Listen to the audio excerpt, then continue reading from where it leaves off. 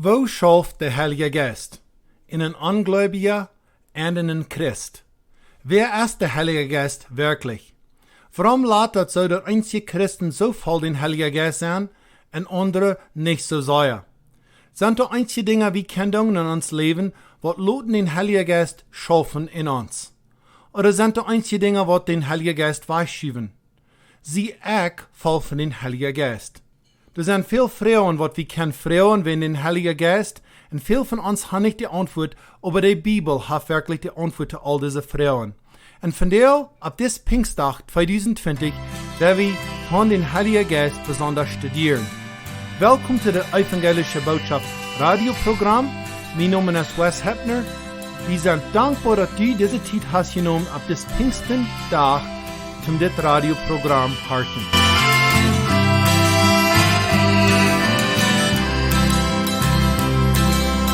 Alles geben kann nur Jesus, alles wurde ja versiegt, will am einmal ganz vertrauen, will nicht leben bloß für mich. Alles geben kann, alles geben kann, alles für mein Herrn Heiland, alles geben kann, alles geben kann, oh Jesus, treu mich wellig an für dich, von der Welt wellig gejeten, nimm mich Jesus zu sich. Alles geben kann, alles geben kann, alles für mein Herrn Heiland, alles geben kann, alles geben kann für Jesus, merkt mein Hort ganz rennen nie, lobt ihn jetzt mich ganz regieren, Jesus kommen wohnen mich, alles geben kann, alles geben kann, alles für mein Herrn Heiland, alles geben kann, alles geben kann für Jesus, geht mich ganz noch nie, weil mich ganz mit dem Leib hat, schenkt die Sehen nur ab mich, alles geben kann, alles geben kann, alles für mein Herrn Heiland, alles geben kann.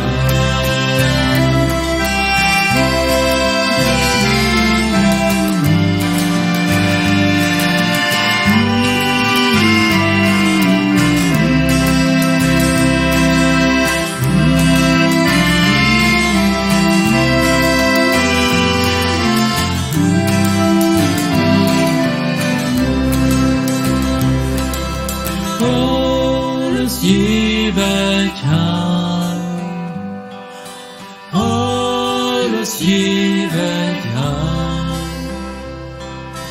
alles für mein Herrn Heiland, alles geben kann. Dankeschön für das Leid. Noch einmal willkommen zu der Evangelische Botschaft Radioprogramm. Mein Name ist Wes Heppner und von der werden wir Pfingsten bekijken. Unsere Welt von der ist sehr verändert, als es gewöhnlich ist, als es gewast. Aber das ist noch einmal wichtig, dass wir Zeit nehmen, zum kicken, was es passiert ab den ersten Pfingstentag, wenn wir weiten die Geschichte von wo den Heiligen Geist wie uitgegoten für die Gemeinde. Es ist interessant, wir weiten diese Geschichte, wir weiten die Jünger, wir haben gesagt, die sollen geduldig sein, die sollen lernen, und die tun das. Und der Heilige Geist, der kommt, das sagt, es Tungen mit 4, und die fangen an, vor dem Herrn zu reden. In ungefähr 3000 Säulen werden gerat, dem Tag. Jeder Person wird erhorchen, die hier in ihre Sprech, und die Menschen sind gespeckt in ihre Horten. Und ungefähr 3000 Menschen sind gerat den Tag. Das hört sich wunderbar. Das ist eine wunderbare Erwartung, was passiert. Und das wirken, was wir verbeten, besonders in der Zeit, wo wir von der Band sind. Aber viele von uns wollten sehr wenig von dem Heiligen Geist. Wenn ein Jehova-Zeugen würden die der kommen, und will mit die in Religion reden, und je fangen an zu reden von den Heiligen Geist, das Jehova-Zeug, der wird sein, der glaubt nicht in den Heiligen Geist oder in die Dreieinigkeit. Und du wirst mit dem wollen reden von der Bibel, von Gott sein Wort, von den Heiligen Geist. Was wirst du weiten? Was wirst du dem sagen? Was wirst du Kern für Bibelforschen abnahmen von den Heiligen Geist? Und noch wichtiger als dort, es in den Leben, schafft der Heilige Geist in die. Wo beweist sich das? Was tut der Heilige Geist? In der Ungläubigen und in der Christ, die wat glauben dat und was Jesus für dem hat getan. Wer ist der Heilige Geist? Warum ist dort, dass einige Christen voll den Geist sind und andere haben so viel kämpfen in ihr Leben? Sind da einige Dinge, wie können tun in uns Leben, was lauten den Heiligen Geist in uns Leben arbeiten? Sind da einige Dinge, wo wir den Heiligen Geist weichschieben tun? Sie auch voll den Heiligen Geist. Und was sagt die Bibel, meint der Heilige Geist besonders zu uns als Christen? Da sind viele Frauen und viele von uns wollten nicht diese Antwort, aber die Bibel hat die Antworten für diese Frauen. Für wir diese Frauen beantworten, will ich eine kurze Geschichte vertellen von der Kraft von den Heiligen Geist. Da wir ein junger Missionar, ein Herbert Jackson, haben wir gejeft eine Chor, was soll ihm helfen mit seiner Arbeit. In dieser Chor wir verarmen eine sehr große Segen. Aber dieser Chor hat eine Schwierigkeit. Der wird nicht für selbst andrehen. So er muss die schieben oder er muss somebody hand ihm helfen mit einer Batterie. Und das Herbert Jackson, er hat sich auch ein bisschen lieb mit dieser Chor, dass er nicht für selbst wird andrehen. Wenn er reit wie von Tüß zu verloten, dann jenk er erst dich bei einer Schule, was dich bei sein Haus wir, und er früh als was Kinder würden am helfen, seine Chor schieben, dass er den Rahn kann kriegen. Derchen Tag passt er immer ab, dass er die Chor wird parken, wo er ab dem Hill oder ab dem Borg, oder er wird die Loten ran, wenn er bloß eine Karte tit, wird wem besegen. Für 2 Jahre, der junge Missionar, der braucht verschiedenste Dinge. Und er dachte, wir sehr klug mit diesen Dingen, was am Haupten diese Chor in Drehen zu kriegen. Aber das Missionar, das geht nicht sehr lang, dann wir seine Gesundheit schwach, und dann kommt ein neuer Missionar, was soll das wieder schaffen, was er hat angefangen. Und das Herbert Jackson, der erklärt den neuen Missionar, kriegt, wo er die Chor hat rankriegen, wo er eine Schule ging für die Kinder und verschiedenste Dinge.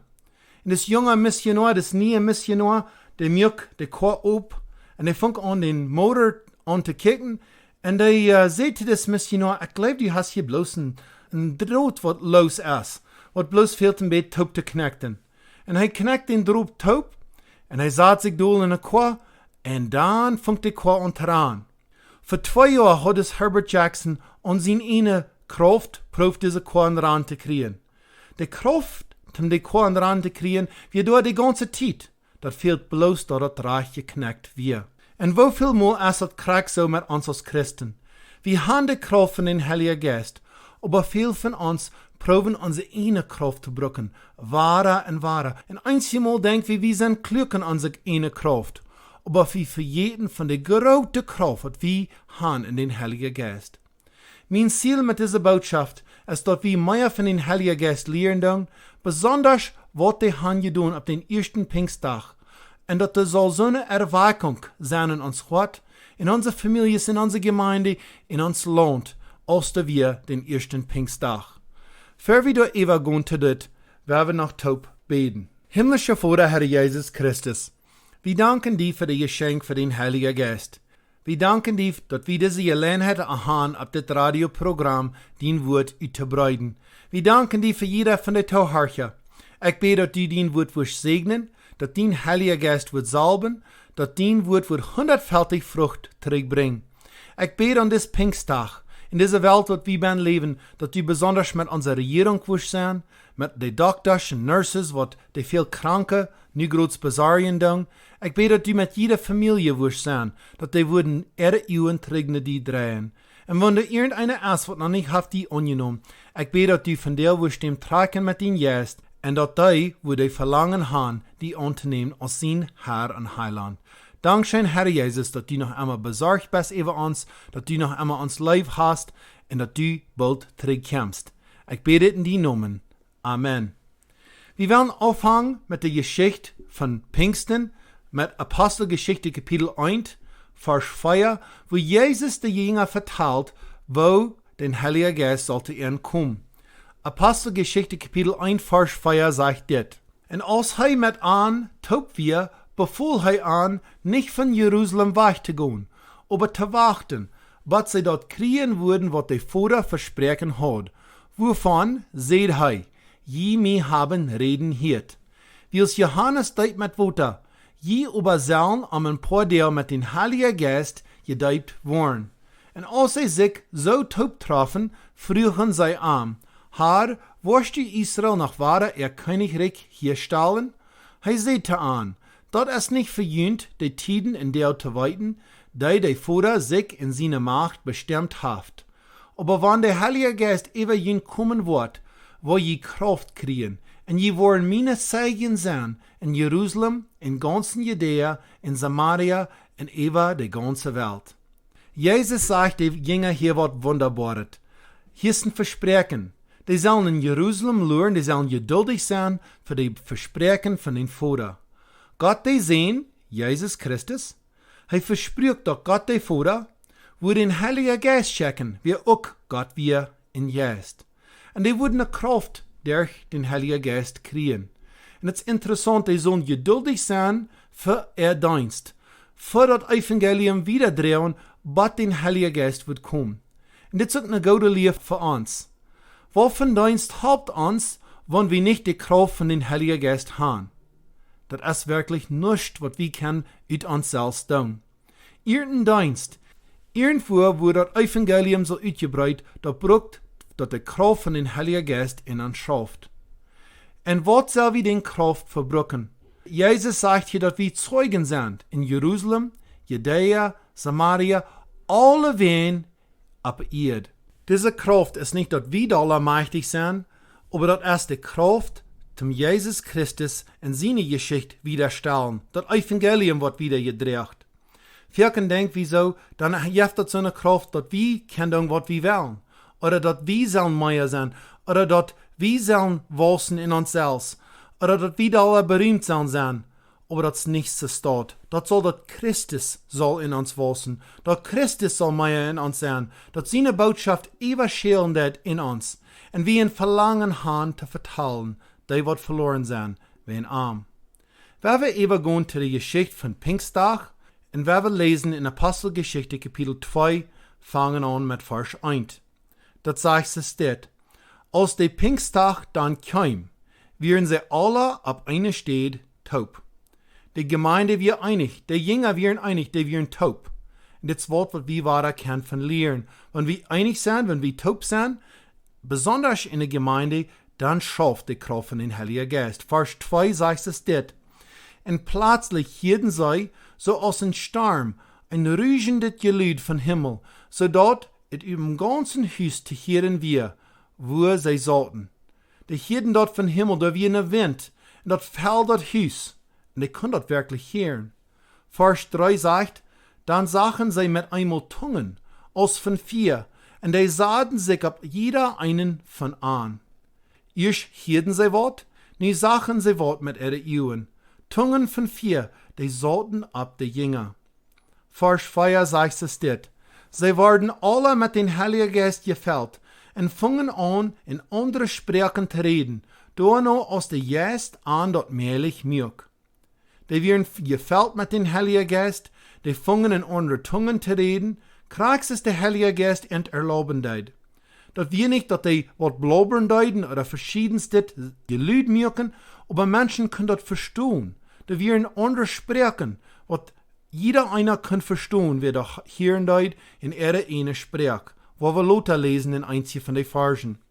Vers 5 und 6 sagt es steht, da wohnten dann in Jerusalem Juden, Gottesfürchtige Männer, von allen Ländern unter dem Himmel. Als sie dort Gelüd hielten, kämen ein Großteil verwilder taub, weil sie hielten, dat die in an jederen seine Sprech reden deuten.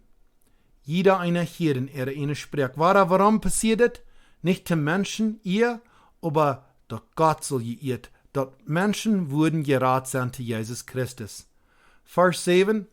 Ganz verwundert frugen sie, sind nicht alle diese, die da reden von Galiläa? Wo ist das dann, dass wir die in jeder in seine eine Sprech hören? Parther und Meder und Elameniter und die wie von Mesopotamien in einer Judäa wohnen, in Kappadokien, in Pontus, in Asien, Phrygien und Pamphylien, in Ägypten, in der Port von Libyen, dort Tyrkien gehiert, in Utländer von Rom, Juden und Mitjuden, Kreter und Araber, wir hören die in unserer Sprech von Gott seine große Wunderwerken reden. Die Jünger, die reden von Gott seine Werken. Nicht von sich selbst, nicht von ihr eigenes Leben, aber was Gott in ihr Leben nu groß steht. Vers 12. Verwundert und verwillert frugen sie einer dem anderen, was jeftet nach? Die anderen aber hatten ihre Spott dort eben sehen, die haben zu viel Wein getrunken.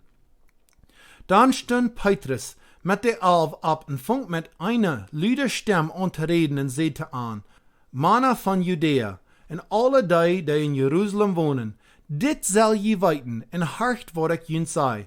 Diese Männer sind nicht betrunken, so als je denken, wie es dort ist noch mal Klock 9 morgens.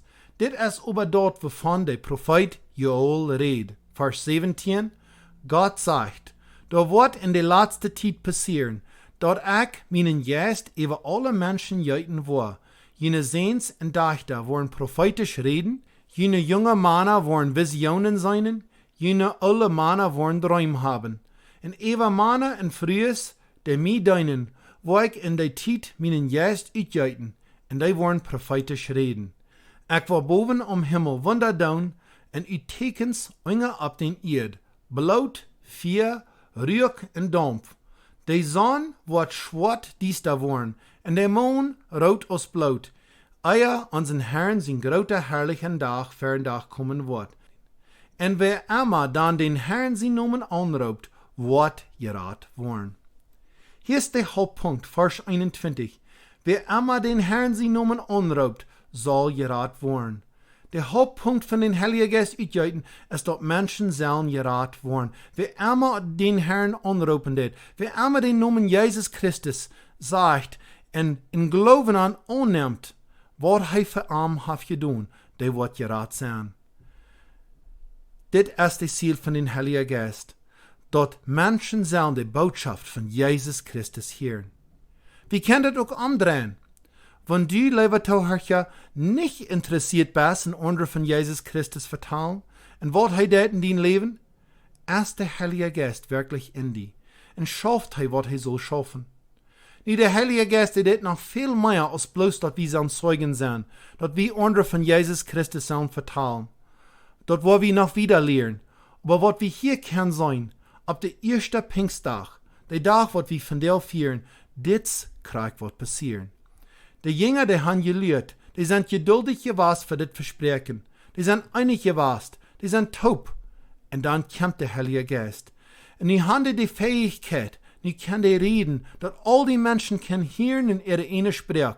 Und da sind ungefähr 3000 Säulen, was gerat sind. Und das sind wirklich bekehrte Menschen. Die sind treu in der Arbeit von den Herrn. Die sind treu, das sagt, die werden getauft, die tun Gott preisen, und die kommen lang mit anderen Menschen. Das ist ein wunderbarer Tag. Das ist ein Tag von viel Frieden. Wie van jou, dis Pfingstdag, zo'n dag van vrede haan. Een dag wo wir dankbar zijn voor wat God heeft gedaan van ons. Vielleicht durch die Kraft von den Heilige Geist können wir mitteilen mit einer, wer je verloren ist, dat Gott will dem raden, dat Gott dem Leben hat, dat Jesus Christus ist für dem gestorben. Wir wohnen in einer Zeit, wo ich glaube, Jesus Christus wird sehr bald kommen. Wir weiten in einer Welt, von der Menschen sterben jeder Tag, jeder Sekunde. Wo ich die lieber Tauhörcher reit sein, zum ein Freund, ein Nober, ein Mitarbeiter von Jesus Christus zu vertellen von dir. Und wenn du nicht das Programm von dir horchen lässt, und du niemals hast diese Wahrheit für dich selbst angenommen, diese Wahrheit, dass Jesus Christus wirklich Gott ist, dass er ist gestorben für deine Sünde, dass du bist vergift und dass du kannst wirklich frei sein, du kostet von dir dann. Nach einer Arbeit von den Heiligen Geist ist dort er tragen det, die wird verloren sein. Und wenn du von dir fühlen det, dass der Heilige Geist die tragen det, du kannst Jesus Christus annehmen und sie ein freies Geschenk für dich selbst haben. Die kostet dann, wenn du zu Jesus beten des. Die kostet am Reden, sie ist ein Freund. Die kostet bekannt, dass du ein Sünder bist. Du weißt, du bist verloren. Die fehlt dort, und sein Blut deine Sünden zu vergeben. Und dann in Glauben nimmst du am an als dein Herr und Heiland. Und dann kannst du am Dankschein sein, für was er hat getan am Kreuz für dich. Und dann in Glauben kannst du sein, du bist sein Kind. Du bist Part von der Familie Gottes. Und dann weißt du, was noch passiert? Die Engel im Himmel, die wollen sich freuen. Die wollen sich freuen über ein Sünder, was Buße tut. Über ein Verlorener, was nur gerat ist durch die Blut Jesus Christus. Jesus Christus kommt bald zurück. Wirst du reit sein, oder wirst du hängen gelassen sein? Wollen deine Freunde reit sein? Wollen deine Nobas reit sein? Wollen deine Mitarbeiter reit sein? Das ist die wichtigste Frage, was wir uns fragen, ab des Pfingsttag. Ich wünsche dir, lieber Tauhörcher, Gottes Segen. Ich wünsche, dass du reit wirst für Jesus Christus. Und ich wünsche, dass die Kraft den Heiligen Geist wird in dein Leben sein, dass du treu wirst sein und Gott seine Botschaft wieder wirst reden, zu all die, was du weißt, noch nicht persönlich kann. Mag Gott sein Wort reichlich segnen.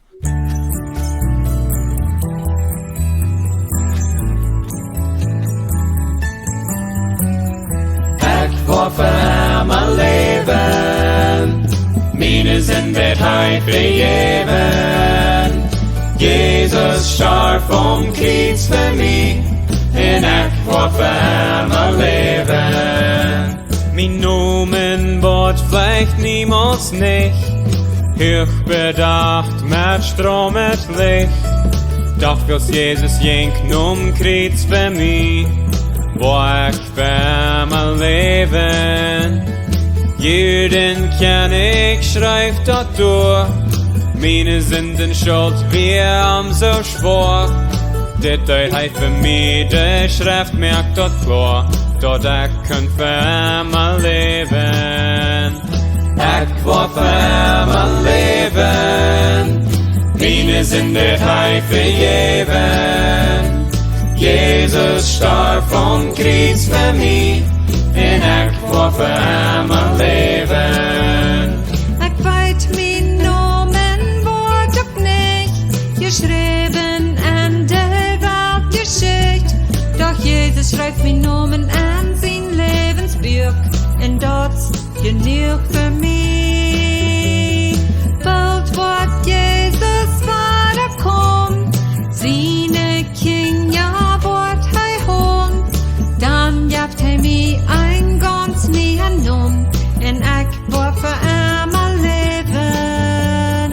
Ich war für mein Leben, meine Sünden wird heil vergeben. Jesus starb vom Kreuz für mich, und ich war für mein Leben. Ich war für mein Leben, meine Sünden wird heil vergeben. Jesus starb vom Kreuz für mich, und ich war für mein Leben. Ich war für mein Leben. Ich war für mein Leben. Wir sind dankbar, dass du, der Zuhörer, mit uns best warst für das Radioprogramm. Die evangelische Botschaft wünscht dir und deine Familie eine besondere, gesegnete Pfingstenwochenende. Wir wünschen dir und deine Familie Gesundheit und Gottes Segen in alles, was ihr tun. Die evangelische Botschaft Radioprogramm ist unterstützt von der Sommerfeldschen Mennonitengemeinde in Manitoba, von der Zion Mennonitengemeinde in Schonzenfeld, Manitoba und von der Bartholsche Mennonitengemeinde in Warman, Saskatchewan. Und auch von der Goven von Jünt, der Zuhörer. Unsere Adresse ist The Gospel Message oder die evangelische Botschaft, Box 1760, Warman, Saskatchewan, SOK 4SO. Noch einmal, das ist die evangelische Botschaft, Box 1760, Warman, Saskatchewan, Canada, SOK 4SO. Noch ein Weg, wo ihr könnt uns kontakten, ist durch E-Mail, das ist gmmradio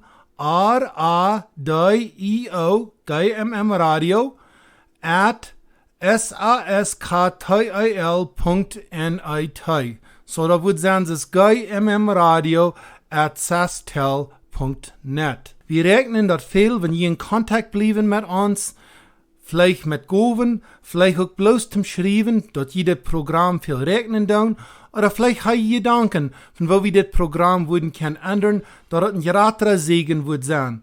Unser Ziel ist, dass wir mehr Menschen die Jesus Christus bringen tun, und dass die, was all gerat sein, würden lernen und wachsen in der Glauben. Dankeschön für Horchen, mag Gott mit dir sein, das nächste Werk.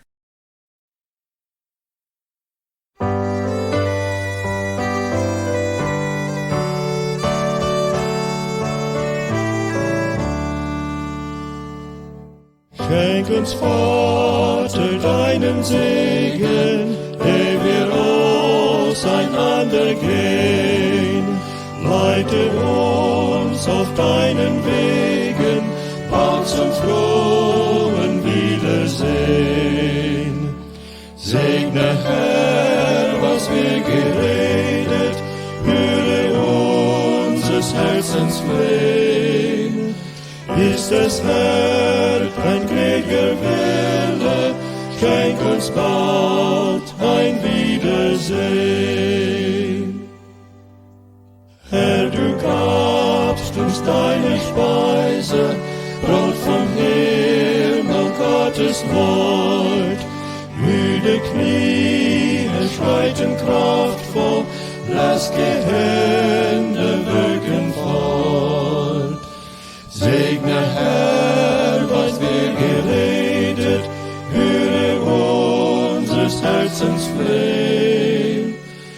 Ist es, Herr, dein gnädiger Wille, schenk uns bald ein Wiedersehen. Geist von oben, walte in uns, deinen Tempel lass uns sein, und auf deinen Gnadenwegen führe uns zum Himmel ein. Segne, Herr, was wir geredet, höre unseres Herzens Flehen. Ist es, Herr,